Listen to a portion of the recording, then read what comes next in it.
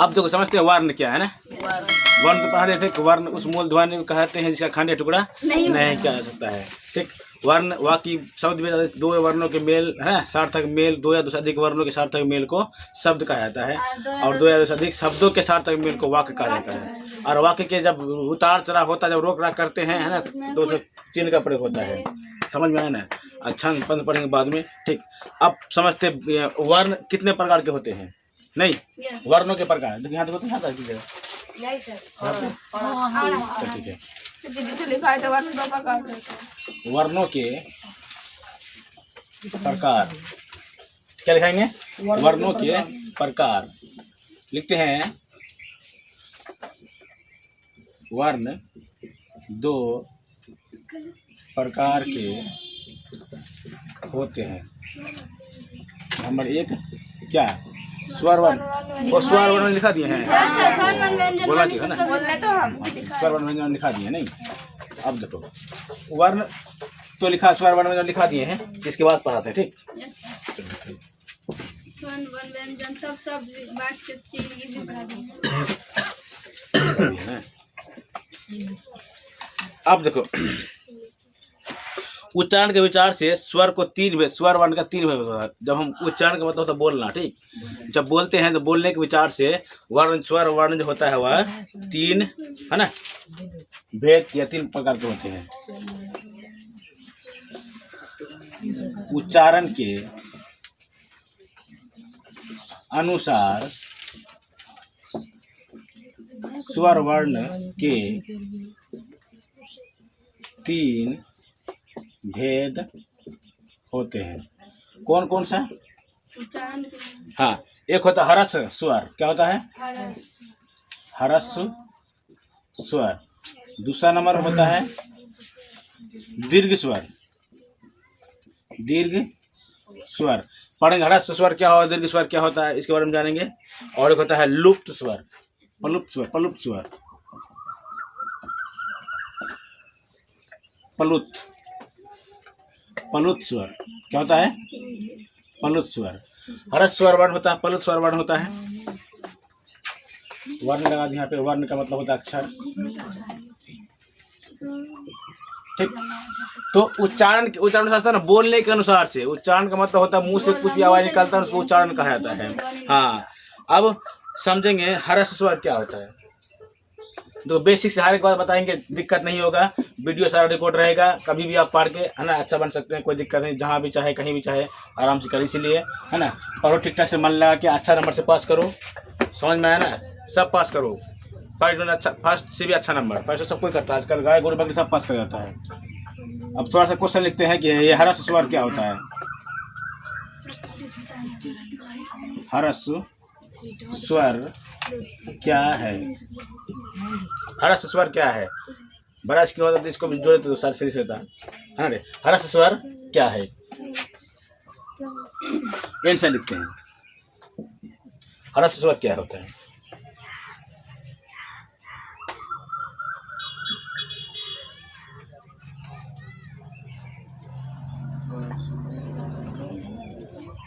जिन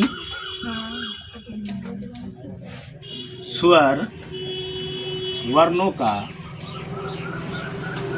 उच्चारण में कम समय या हल्का समय लगे तो उसे हरस स्वर कहा जाता है। जैसे किसको किसको कहेंगे? हरस स्वर है ना। ये सब को याद रखना, दीर्घ स्वर, हरस स्वर, प्लुप्त स्वर, क्योंकि ये संधि पर होगा ना, संधि तो वहां पर काम आएगा कि है ना कि दो हरस स्वर मिलने के बाद है ना ऐसा उच्चारण हो जाएगा। संधि बहुत आता है। हाँ, जैसे ओ हर्षई हर्षऊ और री। देखो री भी स्वर वर्ण ही बोला गया, री को भी स्वर वर्ण बोला गया है। री जिन वर्णों के है ना स्वर के उच्चारण में कम मात्रा समय लगे या जिनका उच्चारण हल्का हो उन्हें है ना हर्ष स्वर कहा जाता है। अब दूसरा क्वेश्चन है दीर्घ स्वर।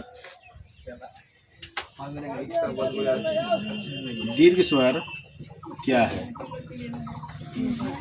दीर्घ स्वर क्या है? दीर्घ स्वर क्या है?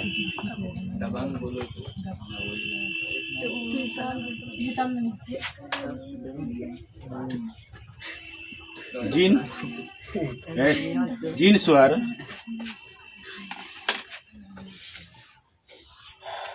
जिन स्वरों के उच्चारण में जिन स्वरों के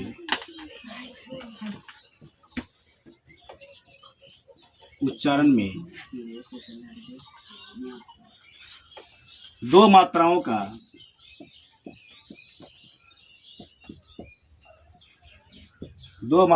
का समय लगे उसे दीर्घ स्वर कहा जाता है। दीर्घ स्वर या दीर्घ स्वर वर्ण, ये देखो तो ये अंतिम वाला दिखाई दे रहा है?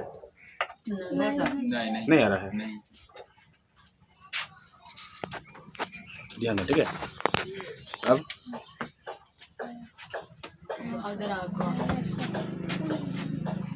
आ तो रहा है, दिख रहा है तो ठीक है।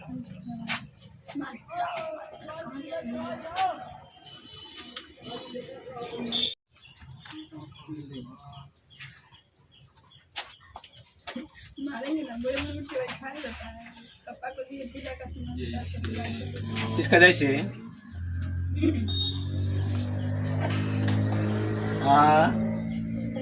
दुर्गाई दुर्गा हो,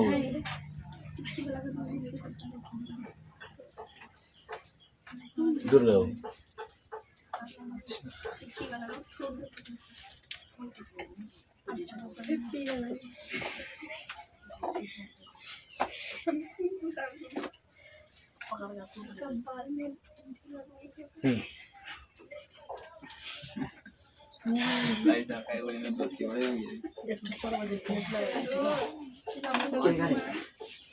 अब पलुत ना, पलुत स्वर, पलुत स्वर क्या है? क्या हुआ? पलुत स्वर क्या है?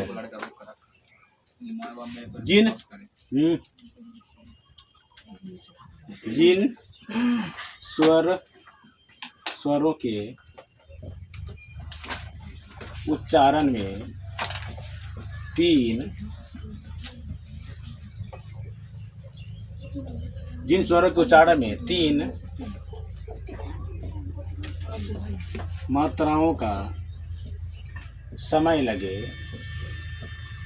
उसे पलुत स्वर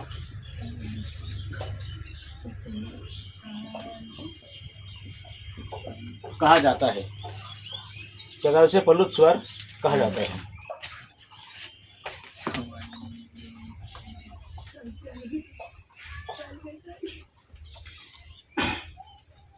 जैसे हे राम, हाँ, हे राम, हे ईश्वर ना। ये सब क्या होता है? जब आदमी गुस्सा में होता है, परेशानी में होता है, तब इसका उच्चारण करता है। समझ में आया ना? तो इसीलिए इसको क्या बोलते हैं? पलुत स्वर बोला जाता है। इसका व्यवहार होता है ना, किसी को पुकारने में, चिल्लाने में प्रयोग होता है। और एक तो और होता है संयुक्त स्वर। क्या होता है? संयुक्त स्वर। लिखो जल्दी जल्दी। हो गया सर। हे राम, वो भी सर लिखेंगे।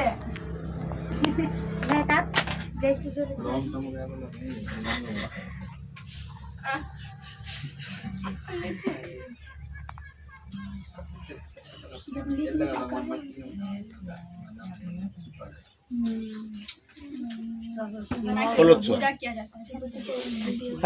एक तो और होता है संयुक्त स्वर। संयुक्त का मतलब होता है मिला हुआ। क्या होता है? मिला हुआ स्वर है संयुक्त स्वर।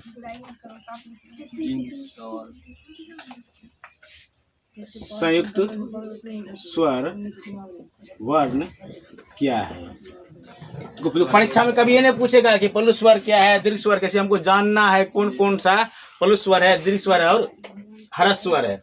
बस आपको इतना ही याद रखना है कि ये वाला जो होता है ह्रस्व स्वर है, ये वाला दीर्घ स्वर है, और ये सब जब 3 गो 4 गो जब बात बोलते हैं क्या हुआ बोलो तो ये सब प्लुत स्वर है। समझ में ना? अब संयुक्त स्वर, संयुक्त का मतलब होता है अकेला नहीं, 1 2 गो मिल के बनेगा। जैसे हाँ वैसा स्वर वर्ण जो 2 स्वर वर्णों के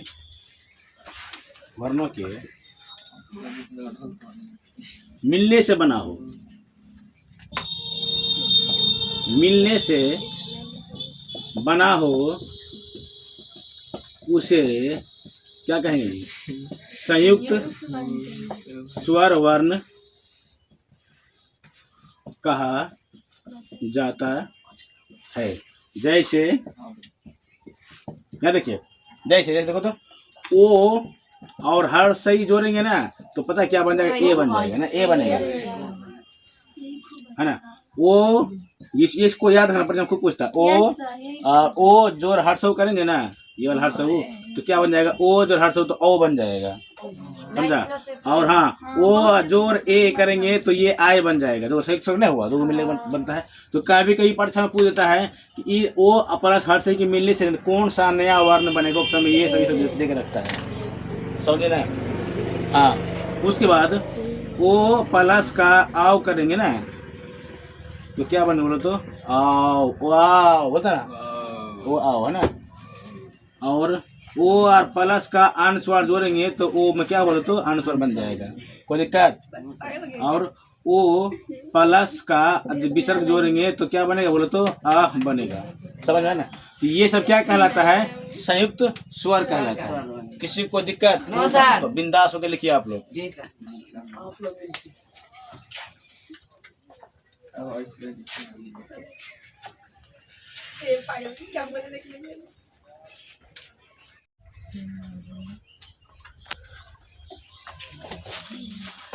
देखो स्वर वर्ण व्यंजन वर्ण जितना भी था पूरे पढ़ा दे, ठीक है? अब देखो समझेंगे उसका वर्ग, वर्णों का वर्ग टोटल है। तो टोटल जितनी वर्णमाला है ना उसको 7 वर्गों में बांटा गया। कितना वर्ग में? 7 वर्गों में बांटा गया है, समझे ना? हाँ जितना भी वर्ण है उसका कितना वर्ग में बांटा गया है? व्यंजन वर्ण 7 वर्गों में बांटा गया है।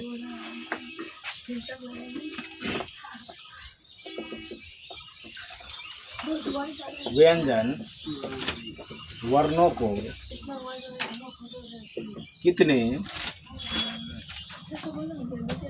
सर वीडियो पूरे लाइट एकदम वाइट आ रहा है, ठीक सॉफ्ट ना वर्गों में बिल्कुल आप इतना साफ दिखा दे रहा है जी। चमकड़ा मेरा शक्ल बहुत शक्ल दिख रहा है क्या? हाँ 14 हो गया, कोई दिक्कत नहीं है। व्यंजन वर्णों है ना तो कितने वर्गों में बांटा गया है? वर्गों में 7 वर्गों में बांटा गया है। तो आंसर लिखेंगे व्यंजन वर्णों को कुल 7 वर्गों में बांटा गया है। नंबर 1 क्या? को वर्ग क्या है? सब जानता को वर्ग क्या है? को वर्ग। दूसरा क्या आएगा? चो वर्ग। तीसरा क्या आएगा? टो वर्ग। चौथा है क्या? तो वर्ग। 5वां है क्या? पो वर्ग ना, पो वर्ग, पो वर्ग।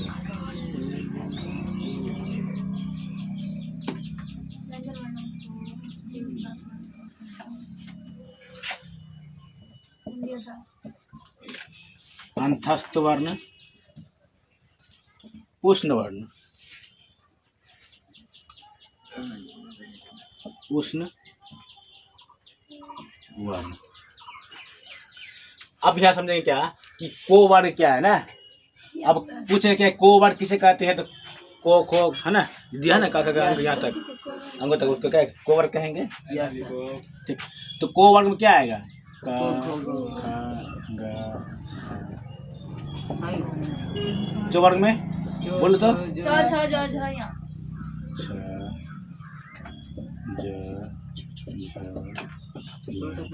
टो वर्ग में क्या आएगा,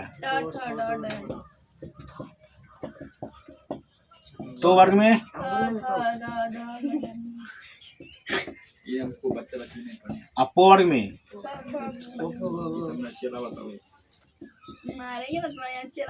अब अंतस्थ वर्ण, अंतस्थ वर्ण का जो कि अंदर से होता है, अंतस्थ वर्ण है ना। तो अंतस्थ वर्ण में क्या आता है, य र ल व। अब उष्ण वर्ण, उष्ण वर्ण का मतलब जिसको बोलने पर मुंह से उस मान निकलते हैं, तलब सो तो दान निकलता है, मूर्धान सो दान सो हो निकलता है ना। उष्ण वर्ण का तो बोलने के दरमियान अगर मुंह से उष्मा निकले, उष्मा गर्मी समझे ना, भाप ज्यादा निकलता है, बोले तो तालाब से भेद करा तो कस कस के बोलता है। तो उष्ण वर्ण ये तालु सो मूर्धान सो दांत सो हो ठीक है, इसे क्या कहलाता बोले तो उष्ण वर्ण कहलाता है। किसी को दिक्कत,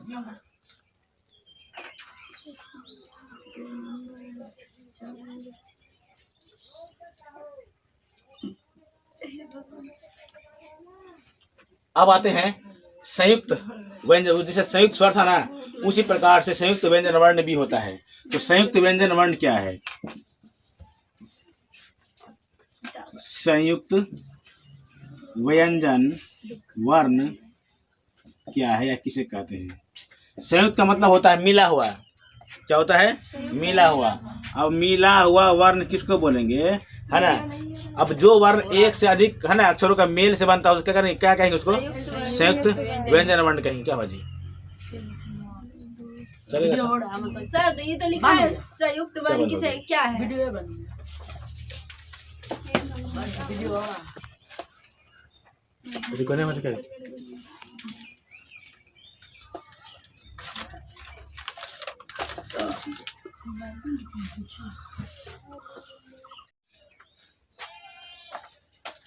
संयुक्त व्यंजन वर्ण क्या लिखेंगे, संयुक्त, देखो आँख छो आ का छो है ना, ओ और को और छो है ना, तब ना आँख छो इत्रो आ गाया है ना, इस तरह से आँख छो इत्रो आज्ञा और श्रो, ये वाला श्री लिखा श्री, तो ये सब क्या कहलाएगा, संयुक्त है ना व्यंजन वर्ण कहलाएगा। क्या कहलाएगा जी, संयुक्त व्यंजन वर्ण।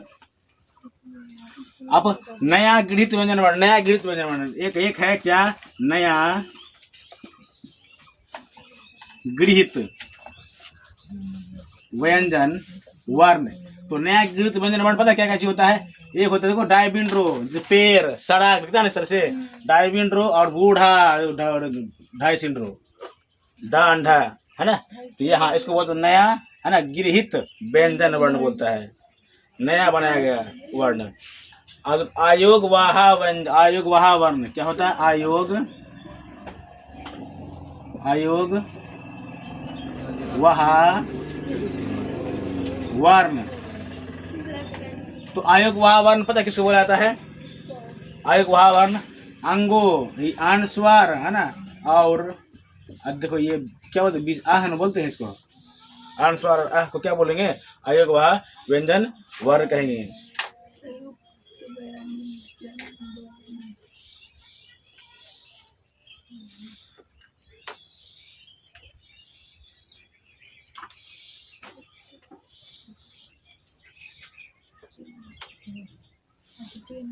अब देखो उच्चारण के अनुसार ठीक है, व्यंजन वर्ण को दो है ना भागों में बांटा गया, अल्प प्राण और महाप्राण, अल्प प्राण महाप्राण।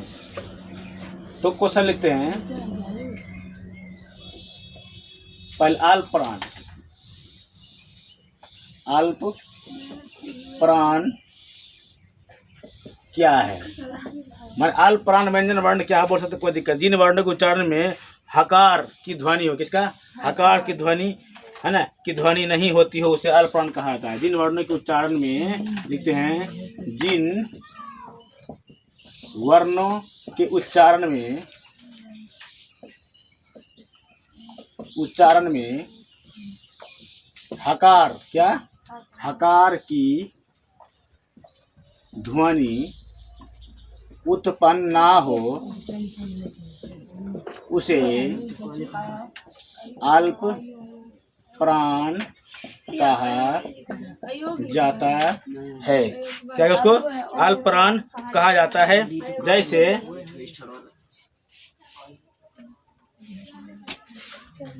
है ना, इसमें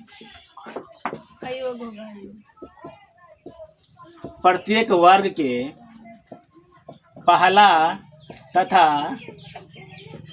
तीसरा वर्ण आते हैं। तो प्रत्येक वर्ग के पहला और तीसरा वर्ण आते हैं। जैसे पहला वर्ण कौन है जी, उसका तो चोवर का चो, उसका जो उसका टो, उसका डो, तो दो। क्यों सर, एक गैप है। और पहला तीसरा तथा अंतिम। अल्प प्राण में क्या होता है, जिन वर्णों का उच्चारण में, है ना, हकार की ध्वनि उत्पन्न ना हो उसे अल्प प्राण कहा जाता है। इसमें प्रत्येक वर्ग का पहला, तीसरा तथा अंतिम वर्ग आते हैं, है ना। जैसे को, गो, अंगो, च, जो, यहाँ, ट, ड, न, त, द, न, प, ब, मु, ये सब क्या कहलाएगा, अल्प प्राण कहलाएगा। ठीक है, तो आज के लिए इतने रखते हैं। ठीक है, मिलते हैं नेक्स्ट वीडियो में, तब तक के लिए जय हिंद।